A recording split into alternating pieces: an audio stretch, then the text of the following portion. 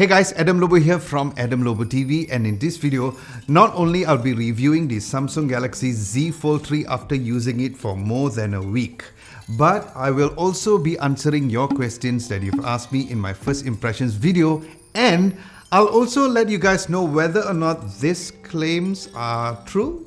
This is the same set of cameras that were back here on the Fold 2 from last year. I'd rate these as like B+ cameras. The fact that this camera hardware is actually less capable than the base version of the Galaxy S20 doesn't exactly inspire me to recommend it. So keep watching.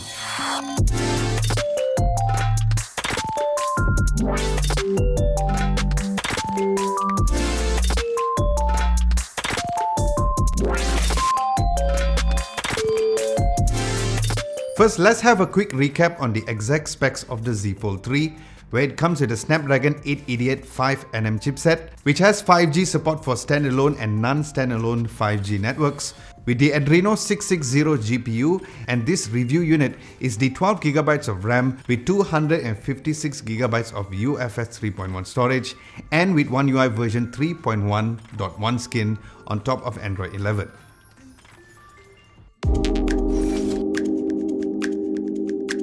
Now looking at the Z Fold's build quality and using the phone daily, or the Fold daily, as mentioned in my previous video, I did feel there was a quite difference in weight and how it feels in the hands, especially since I was using the Z Fold 2 for 9 months plus. Now the matte finish at the back and also the sides really was the plus factor, which made me have no anxiety using the Fold daily without having a case on. And mind you that this is rather a premium price phone, as you guys know, but that feeling of, oh, I better be careful of not dropping the phone when I take it out from my pocket or while I'm holding it, that kind of feeling isn't there, which is a really great feeling to actually have. And of course, with the Corning Gorilla Glass Victus protection and the IPX8 water resistant rating was also another added factor of me being super confident with the overall build of the phone. Now while the phone does wobble a bit if you place it with the cover screen on top, but when I usually use the phone on my desk, I tend to open the phone halfway to type, which Samsung have been calling this the flex mode, when it comes to replying to messages or just simply replying to YouTube comments and watching videos on YouTube as well, where not only the phone did not wobble during this flex mode, but since the keyboard layout was nice and wide, I never had any issues when typing like this, so that was great to know. And also worth mentioning is that the improved hinge was quite significant, especially when I'm folding the phone, it did feel a bit more solid because the screen inside also felt a bit tad thicker, since it now can support the S Pen. So overall, it does feel extremely solid and premium at the same time, and the side fingerprint button is also pretty solid and is not too clicky as how it was on the Z Fold 2, which could be due to the device being new, but very satisfactory indeed. So yes, overall when it comes to how I rate the Z Fold 3's build quality, I would give this an A+ for the overall design and the build when I was using this daily. Next, let's talk about the displays of the Fold 3. As a recap, the cover screen is a 6.2-inch dynamic AMOLED 2x display compared to the previous Z Fold 2, which had the Super AMOLED display. And there was a real huge difference in using the phone daily for this particular screen over here, since it had a higher 120Hz refresh rate compared to the previous generation. And while some may complain about how narrow the screen aspect ratio is for the cover screen, I personally did not have any issue, so it was, especially since I was a user of the Z Fold 2. And if you guys are familiar with this kind of screen aspect ratio, like how the Sony Xperia series are, using the screen most of the time will be totally a walk in the park. And yes, I personally did not have any typing issues even with this screen size. Now, if you ask me whether or not I prefer a wider screen over here, I would say no, because remember that the idea of this cover screen is not to use this phone very much in this mode, since it is supposed to be a foldable phone anyway. And second of all, if it was wider, it will create a bigger dimension for the overall size of the phone, which, as I mentioned, I really like how it is right now. So yes, I have absolutely no complaints over here, especially on how it was for the first generation compared to this third generation, so it's totally fine. Now unfolded, the screen opens to a brighter 7.6-inch QXGA Plus Dynamic AMOLED 2x Infinity Flex display, also with an adaptive 120Hz screen. And yes, here's where I could see a huge difference in terms of the brightness of the screen. Now I just love how the screen was really extremely bright even during harsh sunlight. When I was taking photos during the day, the adaptive brightness is still one of the best as how other Samsung phones were compared to other brands out right now. Now when it comes to viewing video content, because of the new under-display camera technology, you'll have a better video content experience. Yes, you can still see a tad bit of the camera cutout if you look like this. But as I mentioned previously, it is nice that Samsung gave us this technology rather than totally taking the cameras out over here. And to be honest, like I mentioned in my first impressions video, when I was using the Z Fold 2 daily, I can't remember whether or not I even used this selfie camera. So yes, the overall screen and the viewing experience using it for content consumption daily was a very pleasant experience indeed compared to the Z Fold 2. And as for your question, Fahmi Sabri, it is possible to view video on its full screen compared to the aspect ratio. Where for example, if you watch something like Snyder's Cut Justice League, it will fill up the screen nicely since it has an aspect ratio of 4:3. Now in terms of the specs of the cameras, it has a triple camera setup for the rear and 2 on the inside, where the rear has a 12 megapixel f2.2 main lens in the middle, a 12 megapixel f1.8 wide angle lens on top, and a 12 megapixel f2.4 telephoto lens with 2x optical zoom and 10x digital zoom. Then the cover display selfie camera is a 10 megapixel f2.2 camera, and the under display camera is a 4 megapixel f1.8 aperture lens. So here is where we shall find out whether or not the claims coming from Marques Brownlee aka MKBHD and also Mr. Arun Maini aka Mr. Who's the Boss was right on the camera being a B+ and not flagship quality. Firstly, looking at the ultra-wide angle lenses, it looks flawless with amazingly wide shots, with superior dynamic range with absolutely no barrel distortion. Then the main lenses not only look great as there were no color shift issues when changing between the ultra-wide and the main lens, so it does look high in quality and all of the images looks very consistent as you guys can see. And you can zoom digitally up to 10 times and 2 times optically, where the images for the 10 times zoom was pretty decent too, so it's nice there is an option over there. The portrait mode was super high in quality, which is one of the best subject to background blur, especially when it comes to the age detection, and it's nice that it also works very well during a backlit situation. Then the night mode also looked great with amazing balance of highlights and shadows, not making the images look too bright or fake for all of the lenses. As for the selfie shots, it looks really nice too, as you guys can clearly see over here. And so was the portrait selfie images with a similar good looking results for the rear portrait as well. And if you missed my first impressions video, the in-display camera or the selfie shots were not as bad as seen in this test images. Like I said, it is not as sharp as the front cover display, but it is nice that it is there. And once again, when I used the Z Fold 2, I almost never, and I can't even remember when I used this camera inside of the display anyway. Now speaking of selfie, like the previous Z Fold 2, having the option of using the rear camera to take selfie photos through this cover screen is still one of the best features of the Fold, which I really loved and appreciated as well. Now as for video, the rear camera can record up to 4K 60 frames per second for the ultra-wide angle lenses and also the main lens, with not only an amazing dynamic range and perfect exposure, but also gimbal-like stabilization. Then as for the front camera, it records at the same exact resolution and frame rate as well, with also an extremely well stabilized shots. So guys, with this, let me know, do you think that these cameras are B+ and not flagship level? Well, if you ask me, that it is all not about having a high megapixel count, because all it matters is the fact that it has a great image processing, and as I've clearly shown over here, it all comes down to that.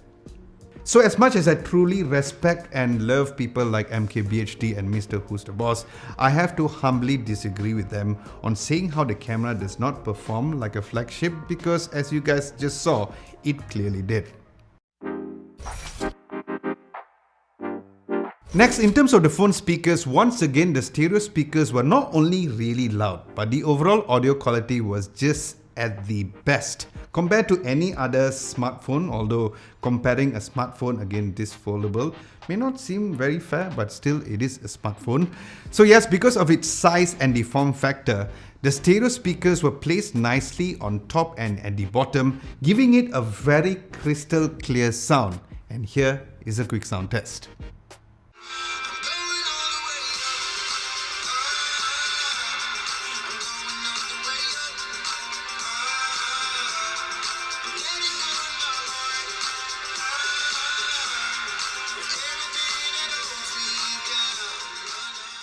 Anyway, hope you guys are enjoying this video so far. If you are, please give a nice big thumbs up. That would be very much appreciated. And subscribe to Adam Lobo TV if you haven't done so. Now as for the Z Fold 3 software, it comes with my personal favorite One UI version 3.1.1 skin, and that is of course on top of Android 11. And here's where I appreciate the new software iteration of this particular Fold compared to the previous generation 2 and even the first generation when I was using it daily. Now, since the new generation of the One UI version 3.1.1, if you swipe towards the left at the cover screen or even the screen inside, it will go to the Google feed, which the previous Z Fold 2 didn't have. And other than the continuity features from the cover screen to the main unfolded screen, there is new advanced features called Labs, where you can dive in deeper to change the aspect ratio for something like Instagram, where once again the previous Fold 2 couldn't do. And you can also change the aspect ratio for other apps over there as well.